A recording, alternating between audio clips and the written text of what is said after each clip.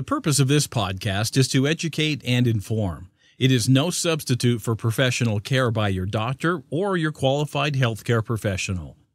Never disregard or delay professional medical advice because of something you've heard on this podcast or in any linked material. Guests who speak on this podcast express their own opinions, experience, and conclusions. Dr. Shirley neither endorses nor opposes any particular opinion discussed on this podcast. The views expressed on this podcast have no relation to those of any academic, hospital, practice, institution, or other entity with which Dr. Shirley may be affiliated. Welcome to Forever Fab, the podcast on fashion, the art of living, and all things beauty. This podcast is curated by Dr. Shirley Madere, MD, as the definitive source of holistic wellness through beauty.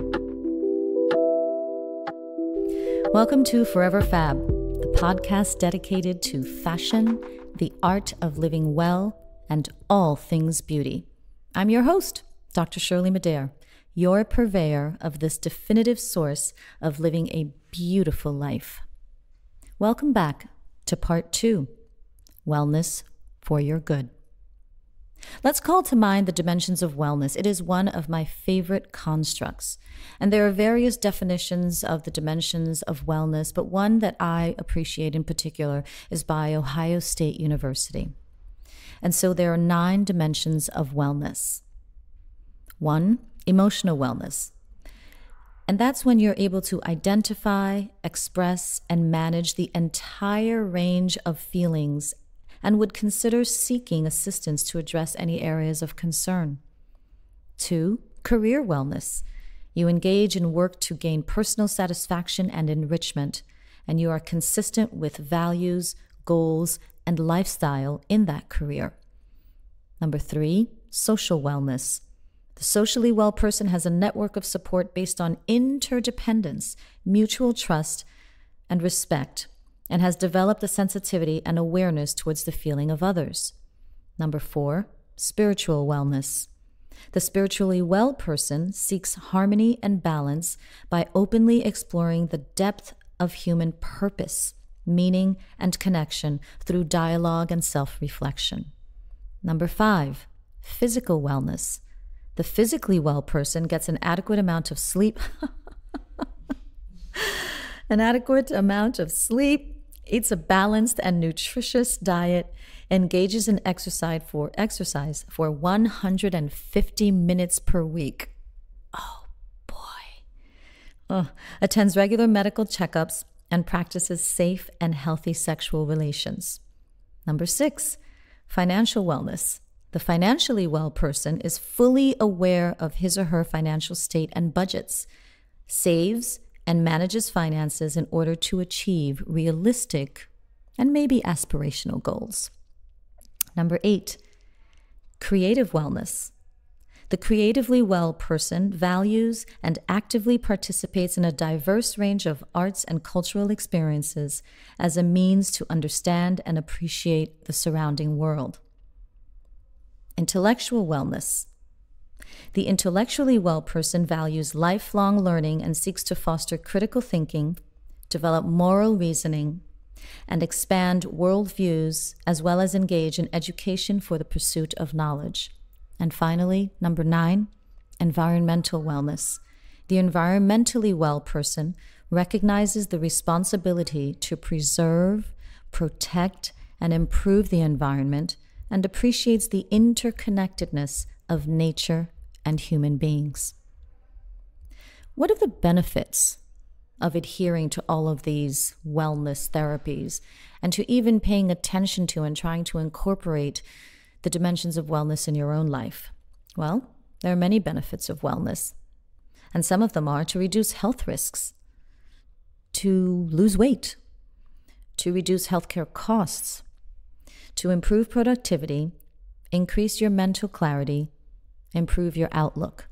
Now, if you had all of these in check and they were all on a checklist and you were able to check all of those, what would that do for you? How would your life change? Would it be the same? Would it be better? Would it be transformed in some way? If you were well in as many aspects or in as many of these dimensions as you could possibly muster, how would that change your life? My story into wellness is an interesting one. For many years, I would say that I was medically and physically healthy. But 7 or 8 years ago, I started to develop some gut issues. I had this just constant, boring, dull, achy pain in my, upper abdomen area. And being a physician, I self-treated, of course. I tried not eating. I tried fasting. That helped a little bit, but the pain was still there. I tried eating. I tried eating differently, and that didn't help at all. The pain was still there. I tried exercising. I tried taking different medications. None of that helped. So finally, I succumbed, and I said, okay, I've got to go to the doctor. So I called up one of my colleagues, and he happens to be an excellent gastroenterologist. And I made an appointment and acted like a regular patient. I went and I waited in the waiting room. I waited for someone to call my name, Shirley Madare, all the way across the room so that everybody in the waiting room could hear. And I went humbly to the desk and gave them my insurance information. Finally got to see the physician. And of course, after an evaluation, we had to order some tests. So I underwent not only a fast, so to speak, but then one of those gut cleanses, and underwent an upper and lower endoscopy. Is that too much information for a podcast? But anyway, I underwent these tests, and lo and behold, thankfully, there was nothing serious, but I had a wake-up call. I had something called gastritis and probably the early stages of an ulcer. And when they tested the tissue around the ulcer, it was negative for a bacterium called Helicobacter pylori. So I couldn't even take antibiotics to fix my situation. In essence, I had to chill out. I had to manage my stress. I had to eat better. I had to get those acid levels down. So that was the beginning of my wellness journey. And once I had that wake-up call, I thought, well, if stress was able to do that to my gastrointestinal system, which is where a significant portion of my immunity lie, I thought, I must be doing other things to my body. So I just went on crazy research, and I looked into nutrition and wellness therapies and meditation and medications and herbs and alternative therapies, complementary therapies. And this was not an internet MD. This was real life, dedicated soul searching and researching, going to the library, speaking to professionals. And ultimately, what I learned was that there were some changes that I had to incorporate, that they primarily included nutrition and changing my diet and my lifestyle and stress management. And when I underwent my follow-up, yes, with repeating both of those tests, everything was significantly improved. So for me, personally, as well as at least academically, based on the research that I've done, there's definitely a role for wellness therapies in combination with any medical therapies if necessary, and if your condition deems. So I'm going to focus on a few of the wellness therapies that helped me. In addition to yoga and Pilates, I happen to explore a couple of other therapies, and I'll discuss them briefly here. One of them is called halotherapy or halotherapy. And when I was looking into why I was so stressed, believe me, there were lots of reasons why I was stressed, but one of them was that I live in the city, in New York City, and that can be a very busy, lovely place, but sometimes a bit toxic. And in addition to the different activities and types of people and experiences that you have in a very metropolitan, cosmopolitan city, there are lots of noises that can accompany those experiences. So I was living in the city, and I recognized that my sleep was disruptive. I wasn't sleeping well. I'm a very light sleeper. My surgical training has trained me to be a light sleeper and to be able to get up at a moment's notice at the drop of a pin, So the sirens at 2 o'clock in the morning, the jackhammers at 5 o'clock in the morning, the dogs barking or the people yelling at each other on the streets at 6 o'clock in the morning, that all led to disruptive sleep. So I went on a mission to try to find what non-chemical means I could use to help myself to sleep better. I also like to have unencumbered sleep. So I don't like anything in my ears. I don't like anything over my head. I don't like, rubber bands in my hair. I just like to be free when I sleep. So I had read that halotherapy could improve your sleep patterns, or at least could help you sleep better. So I did my research and I read about it, and I recognized that the scientific data was equivocal or anecdotal, and there wasn't necessarily any hard science behind it. But I also didn't think that it would be significantly risky. And again, at this point, sleep is so important to your life that I just wanted to try it. So what is it exactly? Halotherapy involves breathing salty air, and it's usually Himalayan salt. The benefits are that it allegedly improves asthma, allergies, respiratory issues, smoking symptoms, anxiety, psoriasis, eczema, and acne. Once I read that it may potentially improve acne, you had me. I was in. I was all in. The potential risks, however, are that there have been some reports that it could actually cause respiratory irritation. So you're breathing in the salty air, it may irritate your lungs. And if it irritates your lungs, if you have asthma, it could exacerbate or make your asthma worse. And some people have also reported having a headache after they've had that kind of therapy. So where does one do this sort of salt therapy? It depends on the type. There can be wet and there can be dry. Now, interestingly enough, wet just means mixing the salt with water. And these are things that you can do at home, like nasal irrigation, gargling with salt water, sitting in a sitz bath, or sitting in a flotation tank. But the one that is touted as having potential benefits, at least on your respiratory system and perhaps acne, is dry halotherapy. And that's where you go into a salt cave. And the salt cave is basically a room with zero humidity where they keep the temperature about 68-ish degrees. So it's a little on the cool side. And you sit there, relax, perhaps meditate, read a book. And you sit there for anywhere from 30 to 50 minutes. And then that's it. You walk out and then you see what happens. So my experience took place at Salt House in New York City on the Upper East Side, and they were absolutely lovely, and it was a beautiful space. So I sat there, I meditated for about 20 minutes, and then I set my timer, and when the 20 minutes were over, I read, and then I read some emails, and then my 50 minutes were over. And I didn't necessarily feel a particular way. I didn't have any irritation. I didn't feel a sense of euphoria either. But I went home and then, or actually I went about the rest of my day and then went home, had dinner, and went to sleep. I slept so well that night. It was awesome. Now, other sleep aids that I use are a diffuser. I use an essential oil diffuser. I have blackout shades. And I also use, a deep sleep rubbing oil so that as I inhale it, I just hopefully float into a beautiful la-la sleep land. So I'm not sure if it was one of those therapies or a combination, but I slept very well after my salt cave experience. So conclusion, it worked for me. I still go once or twice a month, and you may want to look into it. Another therapy that helped me a lot, and I consider this one of the main fundamental things that I am very mindful and cognizant of on a daily basis, and that's nutrition. And I already told you the story about my GI distress or my gastrointestinal distress and how changing my diet absolutely saved my life, or at least saved my gut.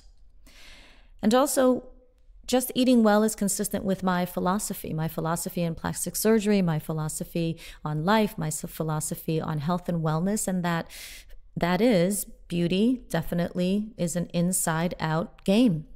You have to pay attention to what's on the outside, but you also have to completely pay attention, if not more so, on what's going on the inside, because they complement each other inside and out, vice versa. There's so many diets out there. I think there are too many diets out there, But which one is right for you? I'm not really sure I can help answer that question. I can only tell you what worked for me and some of the basic tenets that I abide by. During my research over the past several years, and when I was going through my little situation, one of the schools or the programs that I came across was the Institute of Integrative Nutrition, or IIN. And there were two things that I learned, among other things, from IIN, and one of them was the 80-20 rule. And that's basically what I try to live by. 80% of the time you eat well, you eat cleanly, you do your body good, and 20% of the time you go ham. Not necessarily eating ham, I don't eat pork, but you just let yourself be free, and you eat what you eat, and you love what you eat, and you just enjoy it. Because I certainly don't believe in completely 100% depriving yourself of some of the foods that you love, even though a few of those foods may not be that great for you. But as long as you know how to balance that and you keep it in check and you know what to do, that you need to run an extra mile or take an extra exercise class the following day or the day after, so be it. Another one of the concepts that I learned was that of crowding out. So this helps when you've made the decision to improve your diet or to change your nutrition. And this may actually help you to do that.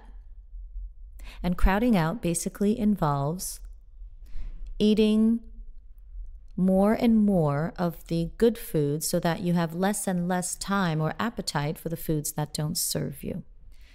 Another part of my research involved looking into various diets, the Mediterranean diet, the Miami diet, this diet, that diet. I also came across the blood type diet by Drs. D'Adamo. And for me, this resonated significantly. It was interesting that as I was looking at the list of foods that corresponded to my blood type and the ones that I supposedly was to avoid, it was interesting that there were many of them that I didn't like anyway. So it was an easy transition for me to go from eat whatever I wanted to eat to following this blood type diet. And when I did, things changed even more significantly. At one time, I was diagnosed loosely, but diagnosed with rosacea. It was like what physicians call the diagnosis of exclusion, because I couldn't figure out what was going on with my face. My physician and dermatologist couldn't figure out what was going on with my face. So it was like, oh yeah, well, I exercise, I get a little red every once in a while, I get a little irritated, I may eat something and I may get more inflamed acne. Yeah, it must be rosacea. I was so dissatisfied with having a diagnosis and having that sort of, well, we don't know what else it is. It looks like this, it smells like this, it could be this. I was so dissatisfied that I just had to dig deeper. Interestingly enough, once I changed my nutrition, I no longer had any of those skin issues. So for me, the blood type diet was the way to go. That doesn't mean that it will work for you, because ultimately I believe that the best diet will be the one that matches your genetics and your epigenetics. But even though we have a few tests to be able to begin to look at that question, we certainly don't have all the answers. That testing is just not widely available. And if it is beginning to become available, it is kind of expensive. So we don't have all the answers yet. Again, you'll have to do your own research or consult with your physician and your nutritionist and figure out what works best for you at a particular time. Now, what about intermittent fasting? Eating sometimes, not eating sometimes. What's it for? Why do people do it? What is it exactly? What are the pros and what are the cons? Well, there are several types of intermittent fasting. One type of intermittent fasting is called fasting within a daily window, and that's the most popular. So basically, you would eat breakfast, lunch, and dinner, for example, but then you only would fast or not eat between 7 p.m. and maybe 7 a.m. when you woke up. Another type is called alternate days fasting, and an example of that is the 5-2 fast, where you eat normally for 5 days, and then you cut your caloric intake significantly, and you eat only a quarter of your calories for the last 2 days. Another type is called skipping a meal. And I didn't realize I was doing that, but I was doing that. I'm not a huge breakfast person. I wake up in the morning, I have a cup of tea. At most, I'll have a piece of fruit, but generally speaking, after my cup of tea, I'm kind of done until lunch. So that's called skipping a meal, intermittent fasting. Then there's fat fasting. And then there's the warrior diet, which is another type of intermittent fasting where you eat a small amount of fruits and vegetables and proteins like yogurt or whey protein every few hours. And then you eat one very large meal within the last 4 hours of your evening. Another type of intermittent fasting is 24-hour fasting. And basically you don't eat from one meal, which is breakfast, lunch, or dinner, to the same meal on the next day. And then the last type of intermittent fasting is only eating when you're hungry. And that's interesting that it's considered intermittent fasting because frankly, all it is listening to your body. Eat when you're hungry. Snack when you're a little hungry or you feel that you need, a pick-me-up for energy, but not just eating just because. So the conclusion about nutrition as a wellness therapy is that I believe it to be powerful, transformative, and fundamental. But if you are going to make changes to your nutrition, be cautious. If you don't have all of the information, such as your blood type or your DNA, please consult with a professional. Another therapy of wellness that helped me significantly was meditation. So as I mentioned previously, I was stressed. So my career was stressful, my social life was stressful. There was a lot going on, and I had to figure out ways to improve my stress and just live a better life holistically. So what exactly is meditation? It's a practice where you use a technique to train your mind to achieve a mentally clear and emotionally calm state. The benefits of meditation are abundantly known.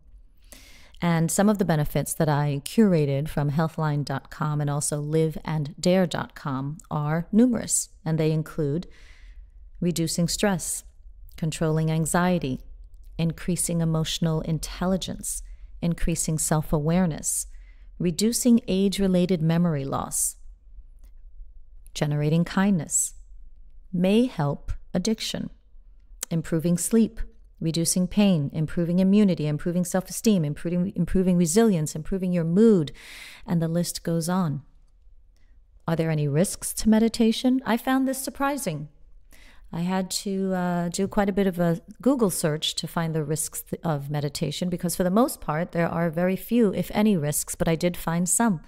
And they include headache, anxiety, panic attacks, insomnia, and others. Now, I find this tremendously interesting because these are the things that meditation are supposed to help. But nonetheless, there are a couple of websites that list them as risks. Okay, well, what are the types of meditation? They, too, are numerous. And the meditation practice that I learned, and I attempt to practice twice a day, not so good at that, is transcendental meditation. And the president of the David Lynch Foundation is Bob Roth, and he is the premier meditation leader or premier meditation teacher of transcendental meditation. Now, there are other types of meditation, and those include moving meditation, mindfulness, loving kindness, mantra, qigong, self-guided, and of course, there are the religious types of meditation, which are Christian, Buddhist, Sufi, Chinese, Taoist, etc. So there are many different types of meditation, but what they all have in common is that they all attempt to achieve or help you achieve a more calm and focused state. So, in summary, there are many different types of wellness therapies. It's really important for you to do your research, do a self-assessment, figure out exactly where you are and what you need. And once you do that, seek the proper guidance and professional help to figure out what, if any, wellness therapy will suit you at the particular time that you are seeking. And that brings us to this week's Fab 5. This week's Fab 5 are, number 1, please consider proper nutrition as your first line of defense and therapy. Number 2, contemplate incorporating a meditation technique into your life. Number 3, seek professional advice and guidance when exploring various wellness techniques, especially when they involve high-impact exercise or nutritional changes. Number 4, recognize that not every therapy is meant for everyone. And number 5, maintain healthy exercise routines as your baseline. Thank you for listening to this week's episode of Fab 5. Until next time, stay beautiful, inside and out.